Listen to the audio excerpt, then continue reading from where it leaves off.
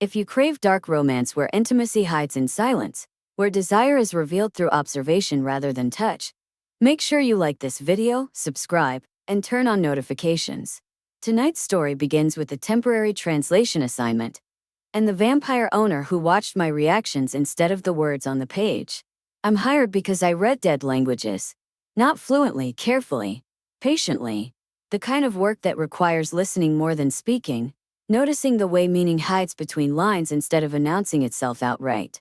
Most people don't want that kind of translator. They want speed, efficiency, clean answers. He wanted restraint. The offer arrives without much explanation. Private collection. Handwritten letters. Original language unknown, but suspected to be pre-modern European dialects with regional deviations. High pay. Absolute discretion. On-site work only. The address is unfamiliar. An old townhouse set back from the street, narrow and tall. Its windows dark even in the afternoon. The iron gate opens before I touch it, as if the house has been expecting me. He opens the door himself. White. Tall.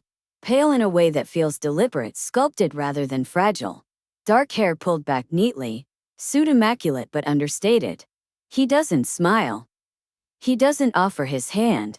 He simply steps aside and lets me in. You're punctual, he says.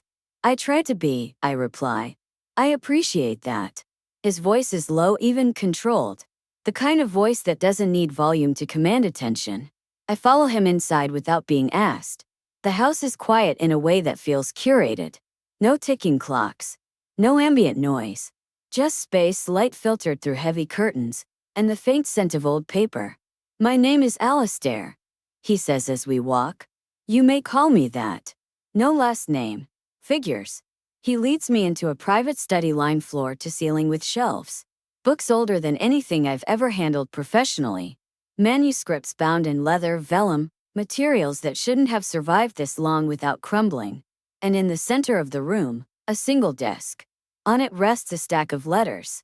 You'll translate these, Alistair says. In order. No summaries. No omissions. Do you know the language? I ask. Yes. Then why hire me? He turns his head slightly, gaze sharpening. Not to the letters but to my face. Because I want to see what you notice, he replies. That answer should unsettle me. Doesn't. Isit. He doesn't. He positions himself behind me, close enough that I'm aware of him without feeling crowded. He doesn't look over my shoulder. He doesn't interrupt.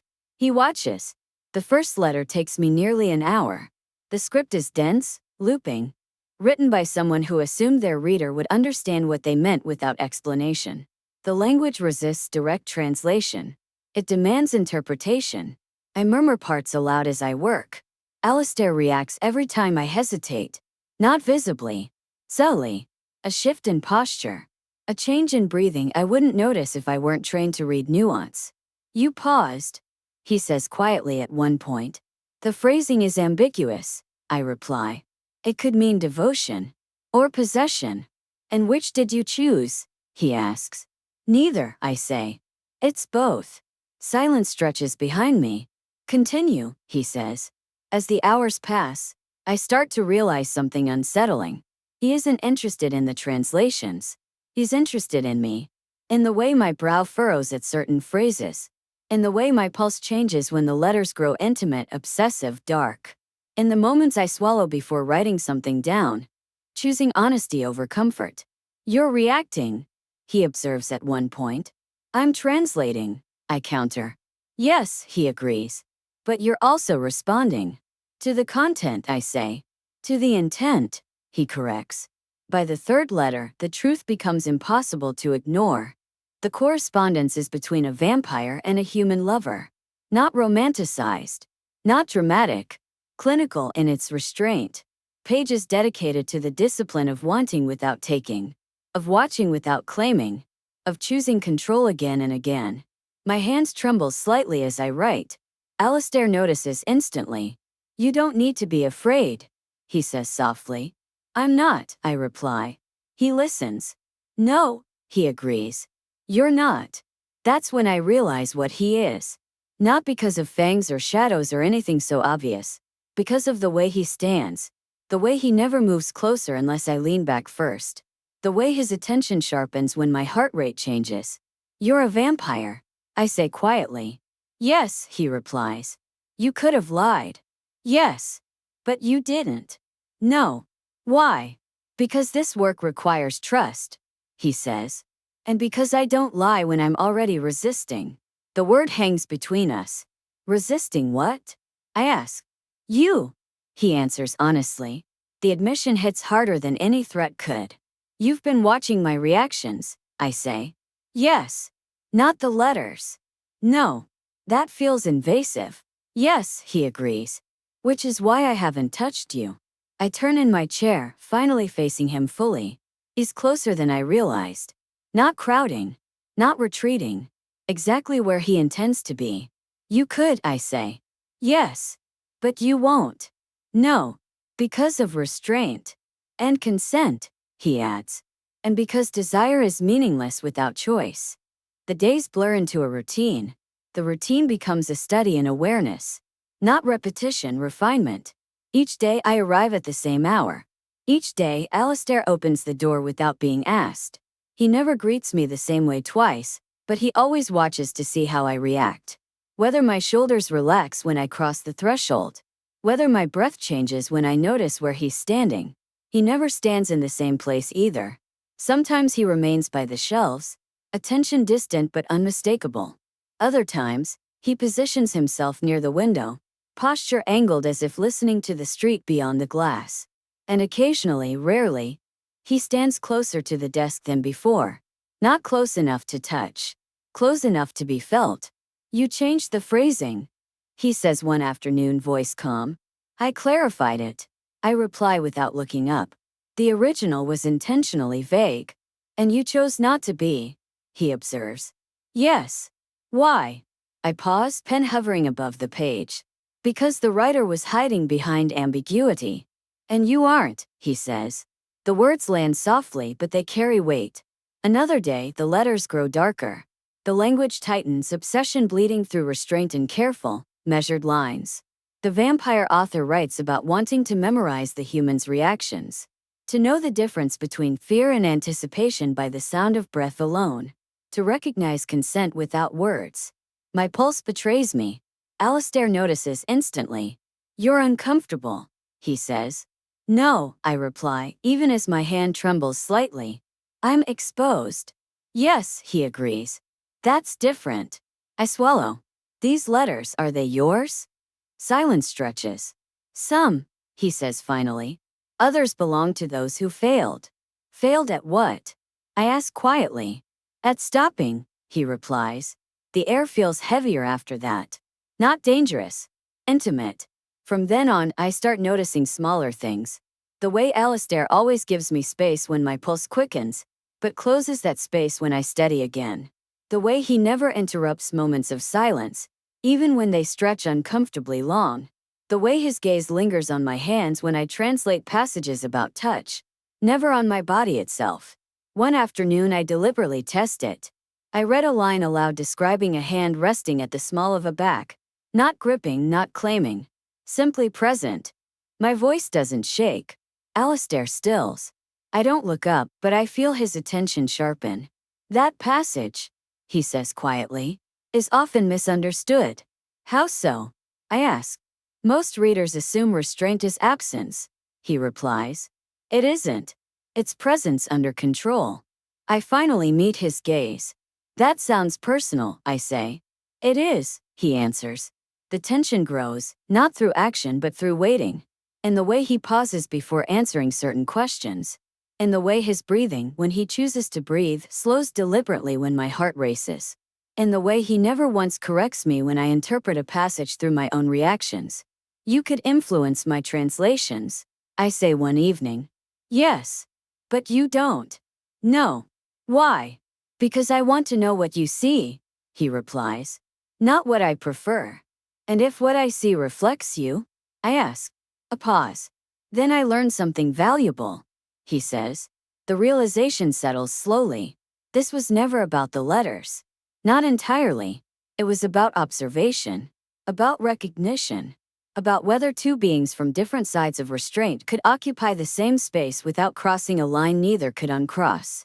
The night the pressure returns, I feel it before he does. A subtle wrongness. A tension in the air that makes the house feel smaller. I look up from the page. Alistair is already standing. "Stay," he says calmly. "I didn't move," I reply. "Yes," he agrees. "But you noticed." The presence presses closer this time, curious, patient, testing. "She's learning." A voice murmurs faintly beyond the walls. Alistair's attention sharpens into something lethal. "She's protected," he replies. "For now." I said protected. The pressure lingers, then withdraws like a tide pulling back. When silence returns, Alistair doesn't move right away. He turns to me slowly. "Are you frightened?" he asks. I check myself honestly. "No." He listens. "No," he agrees. "You're steady." "And you?" I ask. "I'm choosing," he replies. "Choosing what?" "To remain exactly where I am," he says. "And not 1 inch closer." The admission hits harder than a step forward would have. When the final letter is translated later that night, neither of us rushes to acknowledge it. "You don't have to leave immediately," Alistair says. "I know," I reply. "But you will," he adds. "Because leaving is part of choosing." I stand slowly, gathering my things. "You said some of the letters belong to those who failed," I say. "Yes." "What happened to the ones who succeeded?" His gaze holds mine, steady and searching. "They learned that devotion isn't proven by taking," he says. "It's proven by waiting." I nod, understanding settling deep in my chest. As I reach the door, I pause. "You never touched me," I say. "No." "You could have." "Yes." "But you didn't." "No." "Why?" "Because you trusted me with your reactions," he replies. "And I won't violate that." I leave then. But I know something has shifted. Because the next time I translate a letter about restraint, I won't just be reading history. I'll be remembering the vampire who watched me closely enough to know when I was choosing him back. One evening, I hesitate over a line that reads like a confession. "This could be read as obsession," I say. "Yes," Alistair replies. "Or devotion." "What's the difference?" I ask. "Restraint," he says. "Obsession takes. Devotion waits." My breath catches. That night, I dream of his voice reading the letters back to me.